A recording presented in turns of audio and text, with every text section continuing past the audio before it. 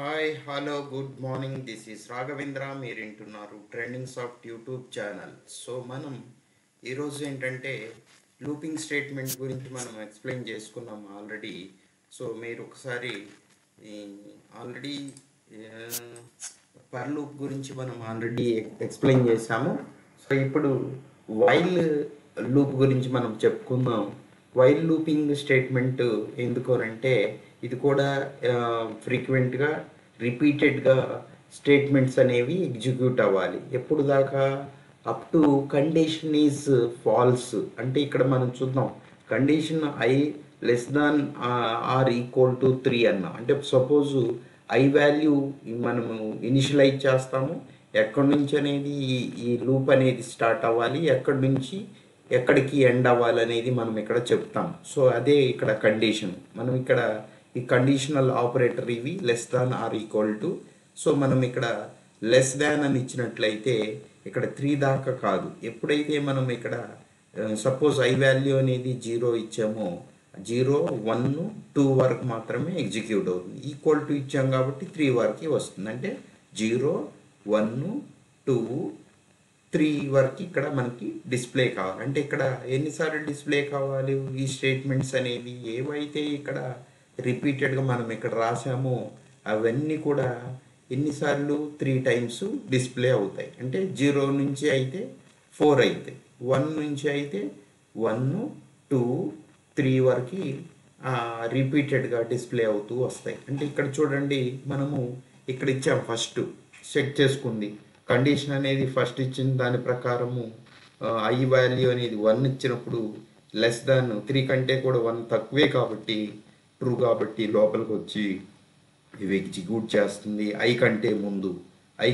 ముందు I plus plus అన్నాము, I minus minus కూడా రాయొచ్చు. అంటే ఇంక్రిమెంట్ డిక్రిమెంట్ ఆపరేటర్స్ నువ్వు ఎలా అయినా రాసుకోవచ్చు. ఐ ప్లస్ అంటే ఐ ప్లస్ ప్లస్ అన్నట్లయితే ఐ ప్లస్ 1 అని లెక్క.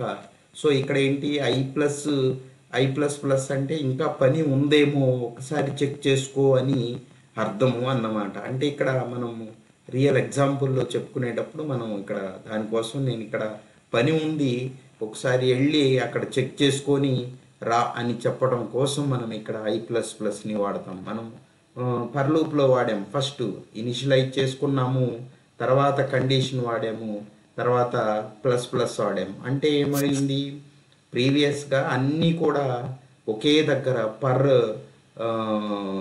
ఫంక్షన్ లోపలే మొత్తం అంతా కూడా ఇక్కడ రాయబడి ఉన్నాయి. సో దీని యొక్క సింటెక్స్ ఇది. సో ఇక్కడ ఏంటి, మొత్తం ఇనిషియలైజేషన్ ఇక్కడ చేసాము, తర్వాత కండిషన్ ఇక్కడ రాసాము, ఇంక్రిమెంట్ అవ్వాలా డిక్రిమెంట్ అవ్వాలా అనేది ఇక్కడే రాసాము. కానీ ఇక్కడ అలా కాదు, ఓన్లీ ఇక్కడ ఏంటి మనకి ఇక్కడ ఓన్లీ కండిషన్ మాత్రమే రాస్తాము. ఫస్ట్ ఇచ్చేస్తాం ఐ వాల్యూ ఎక్కడి నుంచి స్టార్ట్ అవ్వాలనేది ఇనీషియల్ వాల్యూ అజైన్ చేస్తాం ఐ వాల్యూ. సో ఇక్కడ ఓన్లీ కండిషన్ ఇస్తాము. ఈ కండిషన్ ప్రకారం ట్రూ అయితే లోపల ఈ స్టేట్మెంట్స్ అనేవి ఎగ్జిక్యూట్ అవుతాయి. సో తర్వాత ఎగ్జిక్యూట్ అయిపోయిన తర్వాత ఐని ఇక్కడ ఐ వాల్యూ ఫస్ట్ 1 అని ఇచ్చామన్నట్లయితే ఇక్కడ ఐ ప్లస్ 1 అంటే ఐ 1 కాబట్టి ఆల్రెడీ ఒకటి యాడ్ అవ్వాలి కాబట్టి ఇక్కడ 2 అవుతుంది. ఐ వాల్యూ 2 అవుతుంది. 2 అయినప్పుడు మళ్ళీ తీసుకొచ్చి ఇక్కడ చెక్ చేసుకుంటుందా 2 less than or equal to 3, 3 కంటే 2 తక్కువే కాబట్టి సో ట్రూ, కండిషన్ అనేది ట్రూ అయింది. సో లోపలికి వచ్చి మళ్ళీ 3 స్టేట్మెంట్స్ ఏవైతే స్టేట్మెంట్స్ ఉన్నాయో అన్నీ కూడా ఎగ్జిక్యూట్ చేస్తాయి. మళ్ళీ చెక్ చేసుకుంటుంది. ఐ ప్లస్ ప్లస్ అన్నాము అంటే ఇంతకుముందు ఐలో 2 ఉంది, ప్లస్ 1 చేస్తుంది. 1 చేసినప్పుడు ఇక్కడ 3 వస్తుంది. 3 వచ్చి మళ్ళీ less than or equal to 3 అంటే కండిషన్ అనేది ట్రూ అయ్యింది కదా. సో లెస్ దాన్ ఈ ఆర్ ఈక్వల్ అంటే ఏదో ఒకటి లెస్ దాన్ అయి ఉండాలి, అలాగే అయి ఉండాలి, ఈక్వల్ అయ్యింది కాబట్టి ట్రూ. సో ట్రూ కాబట్టి ఇది మళ్ళీ ఇది లోపలికి కంట్రోలర్ అనేది లోపలికి వచ్చి ఈ స్టేట్మెంట్స్ అనేవి ఎగ్జిక్యూట్ అవుతాయి. సో మళ్ళీ ఐ ప్లస్ 1 చేసుకుంటుంది. అంటే ఈసారి 4 వస్తుంది. ఐ వాల్యూ అనేది 4 ఉంటుంది. ఇక్కడ మళ్ళీ 4 పెట్టుకుని మళ్ళీ కండిషన్ చెక్ చేస్తుంది. I 4 less than equal to or equal to 3 అని రాసినప్పుడు ఈ కండిషను ఫాల్స్ ట్రూ? 3 కంటే 4 చిన్నది కాదు కదా, ఈక్వల్ కూడా కాదు కదా. సో కాబట్టి ఇక్కడ కండిషన్ ఫాల్స్ అవుతుంది కాబట్టి ఇక్కడ నుంచి ఈ స్కిప్ అయిపోయి బయటకు వచ్చేస్తుంది. సో దీని యొక్క ఇంపార్టెన్స్ ఏంటి? Check condition and all works to be completed up to condition is false. అంటే ఎప్పుడైతే మనకి కండిషన్ ఫాల్స్ అయ్యిందో అప్పుడు దాకా కూడా నువ్వు వెళ్ళి చెక్ చేసుకోవాల్సి ఉంటుంది. చెక్ చేసుకుని దానికి సంబంధించినట్టు వర్క్ కంప్లీట్ చేయాల్సి ఉంటుంది. ఇక్కడ రియల్ ఎగ్జాంపుల్ చూద్దాం. ఒక హోటల్ యజమాని, హోటల్ ఓనరు ఒక బాయ్ని పనిలోకి పెట్టుకున్నప్పుడు రూమ్లోకి వెళ్ళి వర్క్ చేయాల్సి ఉంటుంది నువ్వు అని చెప్పినప్పుడు ఇక్కడ గేట్ దగ్గరకు వచ్చి కండిషన్ని చెక్ చేసుకుంటాడు. చెక్ చేసుకొని ఇక్కడ పంపిస్తాడు. చెక్ చేసుకొని రూమ్ 1కి పంపిస్తాడు. సో అక్కడ వర్క్ని కంప్లీట్ చేసుకొని మళ్ళీ కంప్లీట్ చేసుకున్న తర్వాత నా దగ్గరికి రా, మళ్ళీ నేను ఉందా లేదా అనేది మళ్ళీ నీకు చెప్పి మళ్ళీ వేరే రూమ్లోకి వెళ్ళి చేయాల్సి ఉంటుంది నువ్వు అని ఇక్కడ లూపింగ్లో ఇక్కడ రిపీటెడ్గా మీరు వర్క్ చేయాల్సి ఉంటుంది.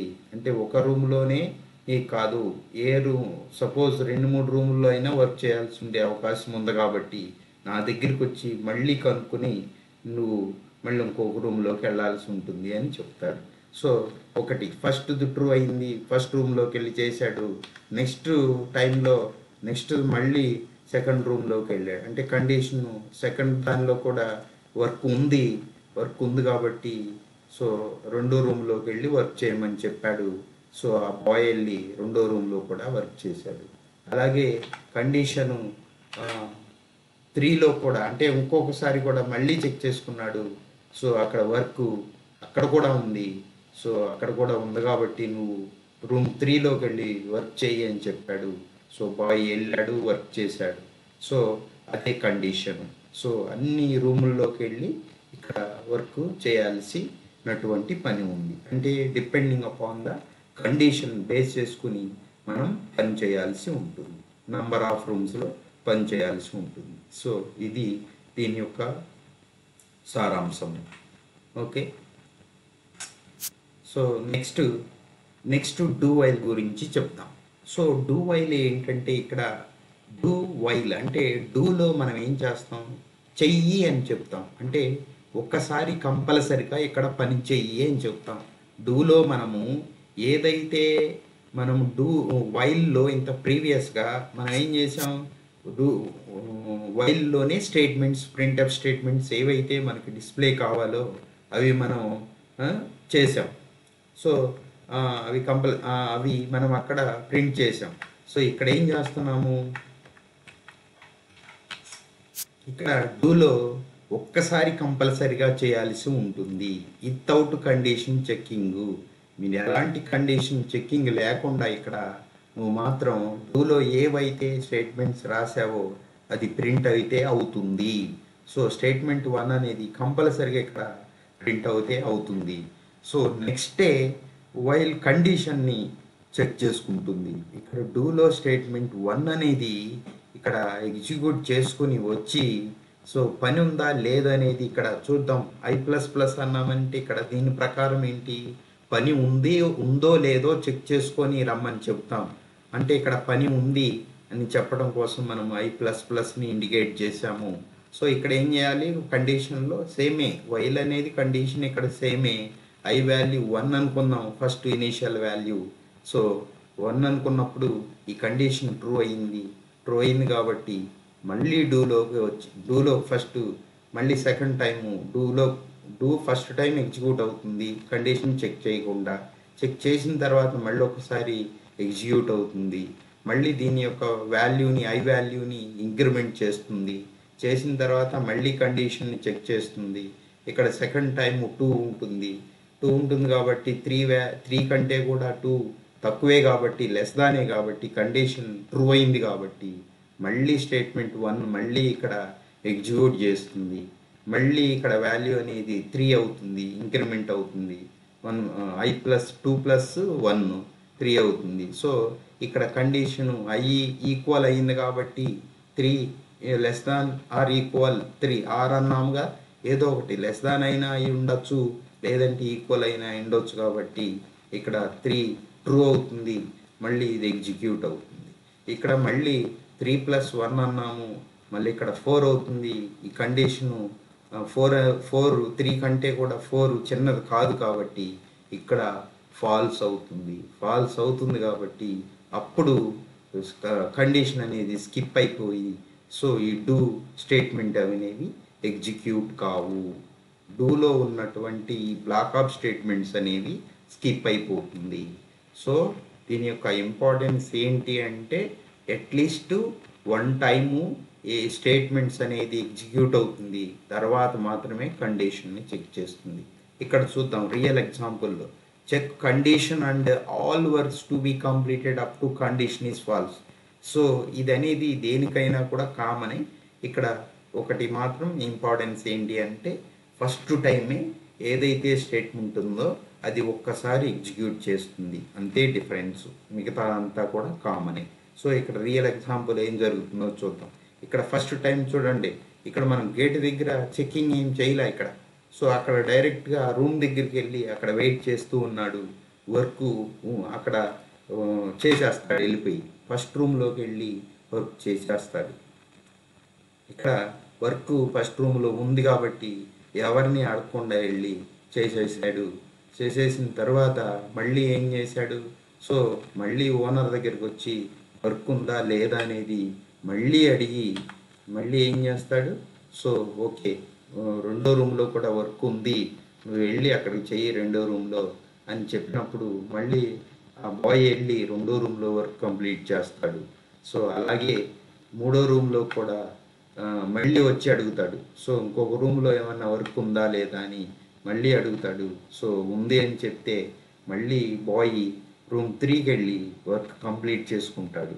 సో అంటే ఏంటి, ఫస్ట్ టైము సో వెళ్ళిపోయి రూమ్ 1లోకి ఎవరిని అడగకుండా వర్క్ చేసేస్తాడు. అలాగే మళ్ళీ వచ్చి మళ్ళీ అడిగి కండిషన్ ట్రూ అయినప్పుడు ఉంది అన్నప్పుడు వర్క్ ఉందన్నప్పుడు రూమ్ 2కి వెళ్తాడు. అలాగే మళ్ళీ వచ్చి అడుగుతాడు, మళ్ళీ కండిషన్ ట్రూ అయింది అంటే మళ్ళీ వర్క్ ఉంది అని మళ్ళీ చెప్పినప్పుడు రూమ్ 3కి వెళ్ళి అక్కడ కంప్లీట్ చేస్తాడు. సో అది దీని యొక్క సారాంశం. సో ఓకే, సో అందరు కూడా అర్థమైంది అనుకుంటున్నాను. సో ప్రీవియస్గా మీకు ఎక్కడి నుంచి సెలెక్టివ్ స్టేట్మెంట్స్ దగ్గర నుంచి మీరు ఒకసారి అబ్జర్వ్ చేయండి. దీని మీద మంచి కాన్సన్ట్రేషన్ చేసి ఒకసారి విన్నట్లయితే ప్రతి ఒక్క టెక్నాలజీలో కూడా ఇవన్నీ కూడా ఈ కామన్గానే ఉంటాయి. సో ఒకసారి మీరు కాన్సన్ట్రేట్ చేసి వినండి. Thank you very much. తర్వాత మీకు దీని మీద మీకు రియల్గా ప్రోగ్రామింగ్ ఎలా చేయాలి సి లాంగ్వేజ్లో అనేది ఒకసారి నేను సెలెక్టివ్ స్టేట్మెంట్స్ దగ్గర నుంచి అన్ని వరుసనే చేసుకుంటూ మీకు ఎక్స్ప్లెయిన్ చేసుకుంటూ వస్తాను. So thank you very much.